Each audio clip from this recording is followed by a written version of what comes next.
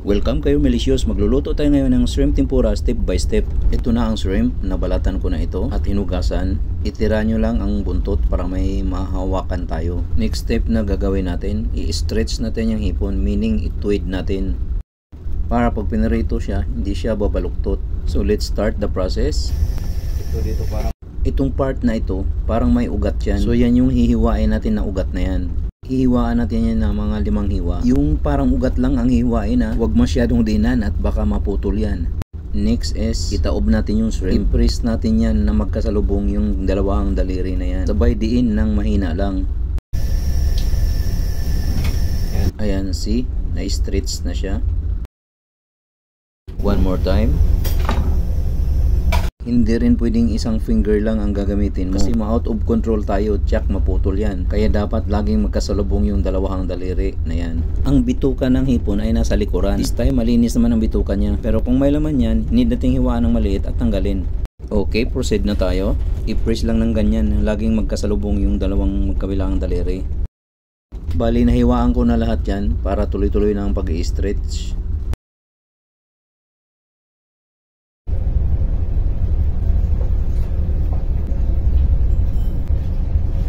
Ito na, natapos na lahat. So next step, titiplahan na natin to ng salt, pepper, and lemon juice or calamansi. Okay na to, set aside muna natin to. Gagawa na tayo ng butter ng tempura. Isang egg, 1/4 cup na flour, 1½ na cup na cornstarch, 1/4 teaspoon ng baking powder, a little salt to taste, at 1 cup water. Kung napapansin nyo, medyo marami ito kasi doble itong ginawa ko. So para crispy ang result ng ating tempura, ito ang butter mixture ko. Bali 1:6 ang ginagawa ko, meaning isang part ng flour, 6 na part ng cornstarch. Yan, okay na itong consistency niya kasi yung shrimp, i-dredge pa natin sa flour yon. Just in case na kulang sa lapot kasi malaki yung egg na nilagay natin, mag-add na lang tayo ng cornstarch. So okay na yan. Next step, i-dredge na natin yung shrimp sa flour. Para mas mapadali pag-dredge, pwede naman ganyan na lang. Basta ma-coat lang siya ng flour, okay na yan. Kung idirekta natin paglubog sa butter yung ating hipon, na hindi natin i-coat sa flour, dudulas lang ang butter at hindi ito kakapit sa shrimp. Ilalagay ko lang siya dito isa-isa. Ayan na siya lahat. So pa-fry na natin ito. Nagpainit na ako ng mantika at ready na ito.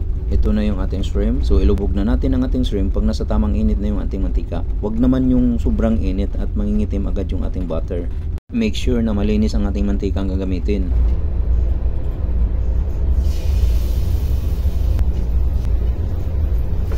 Huwag lang ma-overcrowded yung ating paglalagay ng shrimp. At lalong lalo hindi pwedeng magkapatong. Yan, tama na yung ganyan. Pagkatapos mailagay, kailangan mo na siyang paghiwalayin. Hindi po pwedeng tsaka mo na iwalay pagluto na kasi magkakapit na yan at maaring ma-deform yung ating tempura. Pag pinilit natin paghiwalayin, naluto na. Ayan, di ba? Madali lang siyang paghiwalayin. At the same time, nababaliktad din natin. Ayan, napaghiwalay na lahat. Wait lang natin na mag-light brown siya. Ayan na, nag-light brown na. Luto na yan. Hanguin na natin. Ilapag natin siyang paganyan para madaling mag-drain yung oil. Ayan na yung ating first batch. Need lang natin tanggalin yung mga residue na yan bago tayo magsalang ng panibago.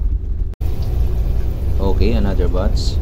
Kung sakasakaling lalapot na masyado yung ating butter dahil sa kakadip natin ng ating shrimp, mag-add na lang ng konting water. Iwalay na siya para hindi siya magpikit. Mahirap siyang tanggalin pag luto na. Hintayin lang natin mag-light brown. At finally, natapos natin pagluto.